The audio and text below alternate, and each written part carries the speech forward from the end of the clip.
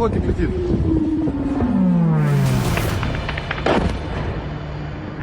Охренеть! Those pictures have rattled Russia. An attack that was eerily similar to 9/11. It happened over the weekend in the southwestern city of Kazan. Drones crashed into apartment buildings. Luckily, no one was hurt. But who carried out such an audacious strike? Ukraine has not formally claimed responsibility or credit, depends on how you see it, but they did not really have to. They've been at it for a while now. This year, Kiev took the war inside Russia. It stepped up military operations, targeted Russian cities. Then a few days ago, they planted a bomb in Moscow.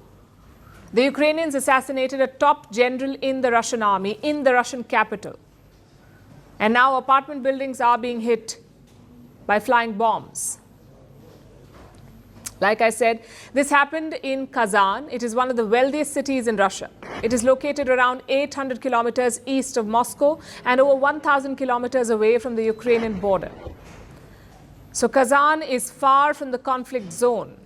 Perhaps that's why it was targeted, because Ukraine wants Russians everywhere to feel that they are at war.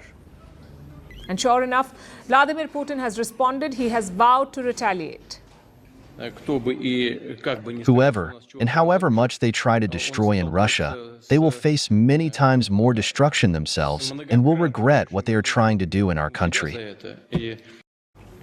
Putin's statement said it all. The strike was too big to ignore. Ukraine launched at least 7 drones. 6 of them targeted residential buildings. The 7th one hit an industrial facility. Kazan shut down its airport temporarily. Large events were cancelled, schools had to be evacuated, and sirens were heard across the city. Listen to these eyewitness accounts. We smelled the smoke and went down quickly from the 21st floor on foot. There was no electricity, the elevators were not working.